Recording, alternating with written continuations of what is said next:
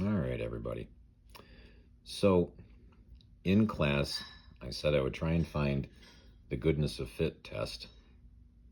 And it's actually, if I'm going to show you this real quick, if you click, I'm in the Moodle, and I click on link to applets, it's not actually listed in our direct link to the goodness of fit test. What we actually have to do is type into our URL address bar, isi-stats.com, and you're going to get to the main page for the textbook. And then what you do is you click on the blue one, and then you go to up here at applets, and then you go to goodness of fit. So we click on goodness of fit. Now, you can show sampling options. I'll turn that back off. Okay, now hold on. Let's travel over here. So you have options. You can do birth months, die rolls, etc. Or you can choose and make your own. So what I'm going to do is I'm going to clear this out, just show you how you can make it work. So I'm going to do our little Skittle example. And so we're going to say our color, and we're going to do our count. And the color was red, and I'm just going to pretend. I don't remember what the numbers were, to be honest with you. So I'm just, sorry folks, trying not to get a period there. So I'm just gonna pick a bunch of numbers. So 98, then I'll do the color of blue, and I'm gonna say 45, and we'll do yellow, and I'll do 15, and then I'm gonna do orange. And for some reason, let's just say that there's a whole bunch in there, and I'll say 200. Okay. Now I'm going to go ahead and hit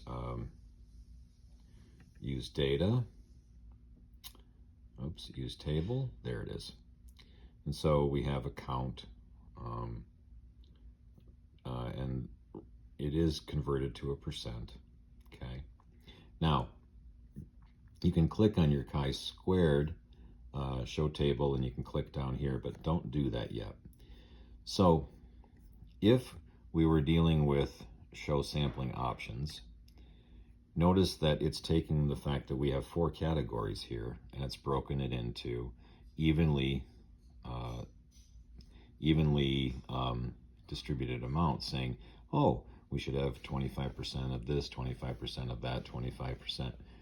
And that's in the first instance where all the rolls would be the same when we were rolling the die, that kind of thing. But you can change these. So you could rewrite this and say, okay, well, what if it's the case that the red ones are favorite? So I'm going to put in 0.5 here. And then we can leave this one as 0.25. That would be the blue one. That's the second one that's on the list. So that puts us at 0.75. And I'm going to change that to 0.20. And I'm going to change that to 0.05. So suppose that's the proposed distribution for those colors. So your pi red would be 0.5, your pi blue would be 0.25, your pi yellow would be 0.2, and then your pi orange would be 0.05. And then your alternate hypothesis would be at least one is different than the values that you have in there. Okay, so I'm going to hit set, and then I'm going to come over here, and I'm going to go to chi-squared output. I'll click on that, and it actually will compute the expected values for us. So it'll take the total number of objects that are in our data set based on 98 plus 45 plus 15 plus 200. That's 358. And then it's going to say, well, our expected value would be 179, and our expected value here would be 89.5 and 71 and then 17. Okay, so then it will compute our test statistic. which works out to be this massive number.